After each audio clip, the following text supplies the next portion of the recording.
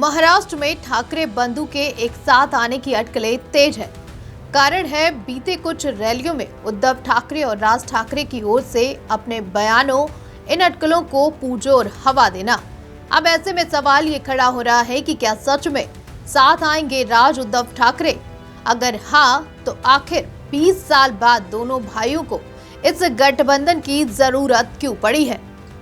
क्या महाराष्ट्र विधानसभा चुनाव में महायुति गठबंधन के रिकॉर्ड प्रदर्शन से ठाकरे बंधुओं को अपनी बनी बनाई विरासत खोने का डर सताने लगा है, या फिर आगामी ब्रह्म मुंबई या फिर आगामी बीएमसी के चुनाव में दोनों भाई एक साथ चुनाव लड़कर भाजपा को करारा जवाब देने की ताक में हैं?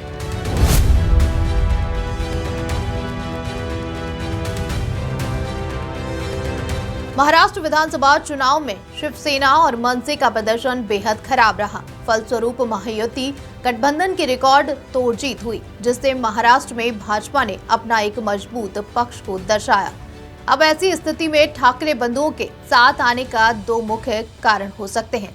पहला तो ये कि महाराष्ट्र में दिन प्रतिदिन भाजपा लगातार रूप से मजबूत होती जा रही है, जो कि एमवीए और ठाकरे परिवार के लिए सकारात्मक संकेत नहीं है। वहीं दूसरी ओर आगामी बीएमसी चुनावी रण में उद्धव गुट के शिवसेना के लिए अकेले ही भाजपा का विजयी रथ रोकना थोड़ा कठिन है।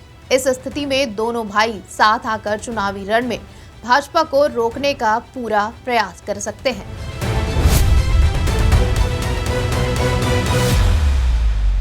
तो वहीं अगर बात की जाए कि आखिर इस गठबंधन की जरूरत क्यों पड़ गई है, तो हम आपको बता देते हैं। राज ठाकरे और उद्धव ठाकरे जो कभी एक दूसरे के बहुत करीबी थे, अब 2 दशकों बाद फिर से एक साथ आने के संकेत दे रहे हैं। लेकिन सवाल ये है कि ऐसा क्या हुआ कि अब इन्हें एक दूसरे की जरूरत महसूस हो रही है। आइए इस बात की गुंजाइश को विस्तार से समझ लेते हैं। पहले तो ये बात साफ हो चुकी है कि राज ठाकरे की मनसे राजनीतिक रूप से कमजोर हो चुकी है।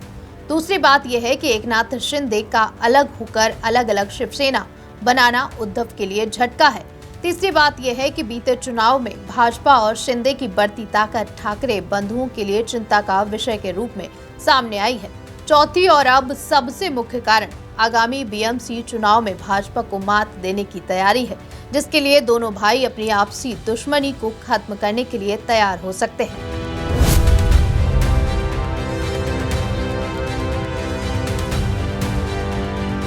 तो वहीं अगर बात की जाए कि आखिर दोनों भाई कैसे साथ आएंगे, महाराष्ट्र में भाजपा की मजबूत स्थिति और शिवसेना तथा मनसे की कमजोर स्थिति को देखते हुए विपक्षी एकजुटता की जरूरत बन रही है।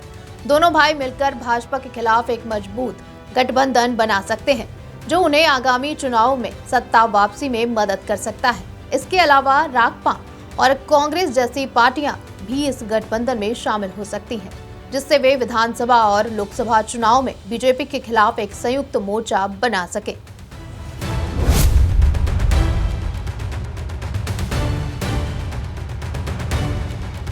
तो वहीं अगर बात की जाए कि आखिर इन अटकलों ने क्यों जोर पकड़ रखा है, तो इन अटकलों के जोर कैसे मिला है, इस बात को समझ लेते हैं। इसका मुख्य कारण है कि हाल ही में अलग अलग कार्यक्रमों में बोलते हुए दोनों नेताओं ने कहा कि मराठी भाषा और संस्कृति को बचाना आपसी राजनीतिक लड़ाई से ज्यादा जरूरी है। राज ठाकरे ने साफ कहा कि उनके और उद्धव के बीच जो भी मतभेद हैं, वो मामूली हैं और राज्य के हित में उन्हें भुलाया जा सकता है।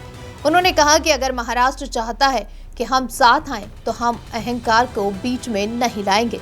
उधर उद्धव ठाकरे ने पुनर्मिलन की संभावना पर कहा कि वे व्यक्तिगत विवाद भुलाने को तैयार हैं, लेकिन उन्होंने एक शर्त रखी है कि हम रोजपाला नहीं बदल सकते। जो महाराष्ट्र के खिलाफ काम करेगा, उसे मैं स्वीकार नहीं करूंगा। अब ऐसे में सवाल ये भी है कि राज और उद्धव ठाकरे के साथ आने की अटकलें राजनीतिक जरूरत और व्यक्तिगत मजबूरियों की वजह से तेज हो गई हैं।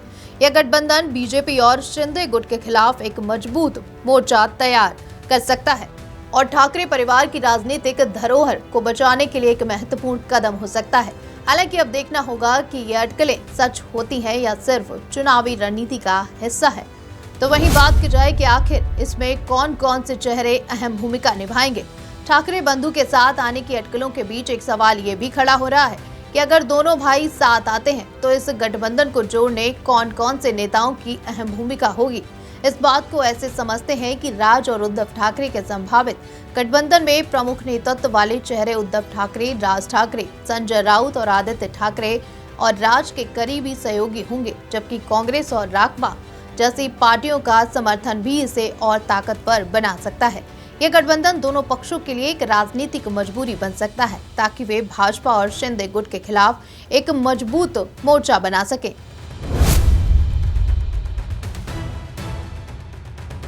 तो वहीं अगर देखा जाए कि मनसे के निर्माण के शुरुआती दिनों को छोड़ दें तो महाराष्ट्र नवनिर्माण सेना यानी कि मनसे अब राजनीतिक रूप से संघर्ष कर रही है। पार्टी की चुनावी संभावनाएं गिर रही हैं और 2019 और 24 के चुनाव में इसे खास सफलता नहीं मिली। अगर मनसे और शिवसेना एक साथ आते हैं तो यह राज ठाकरे को फिर से राजनीतिक ताकत दे सकता है।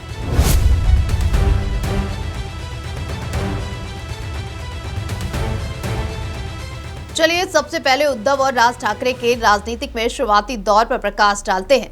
बात 1990 के दशक की शुरुआत की है, जब बाल ठाकरे के नेतृत्व में शिवसेना तेजी से उभर रही थी। तब दो युवा चेहरे उनके साथ हर कार्यक्रम में नजर आते थे। राज ठाकरे और उद्धव ठाकरे। राज जहां बोलने में तेज, जोशीले और कार्टून बनाने में माहिर थे, तो वहीं उद्धव शांत स्वभाव के थे और कैमरे के पीछे रहना पसंद करते थे। लोगों को लगता था कि राज ही बाल ठाकरे के असली राजनीतिक उत्तराधिकारी होंगे, लेकिन वक्त ने करवट ली और हालात ने दोनों चचेरे भाइयों के बीच राजनीतिक दूरी पैदा कर दी। तो वहीं इसमें एक अहम रोल सिनेमा हॉल केस का भी है। चलिए जान लेते हैं। राज के लिए 1996 का साल मुश्किलों से भरा रहा, जहां पुणे के एक सिनेमा हॉल में रमेश किनी नामक व्यक्ति की रहस्यमयी मौत हुई। उनकी पत्नी ने आरोप लगाया कि उनके पति की मौत में राज ठाकरे का भी हाथ था, क्योंकि आरोपी मकान मालिक शिवसेना से जुड़े थे। सीबीआई ने बाद में राज ठाकरे को क्लीन चिट दे दी, लेकिन इस विवाद से उनकी छवि को बहुत नुकसान हुआ।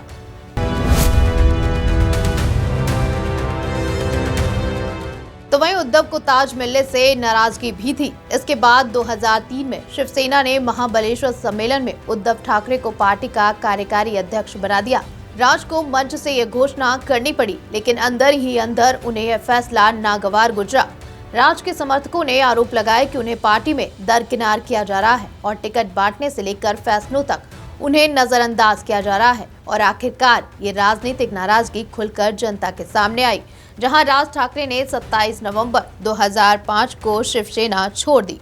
भावुक भाषण में उन्होंने कहा कि मैंने सिर्फ सम्मान मांगा था, लेकिन बदले में अपमान मिला है। इसके बाद शिवसेना और राज के बीच रिश्ते और खराब हो गए। लेकिन अब देखने वाली बात होगी, क्या इन अटकलों पर इनके साथ आने के बाद विराम लगेगा या फिर इन अटकलों को और बढ़ावा मिलेगा। खैर ये तो सामने आ ही जाएगा। Bureau report, TNV news.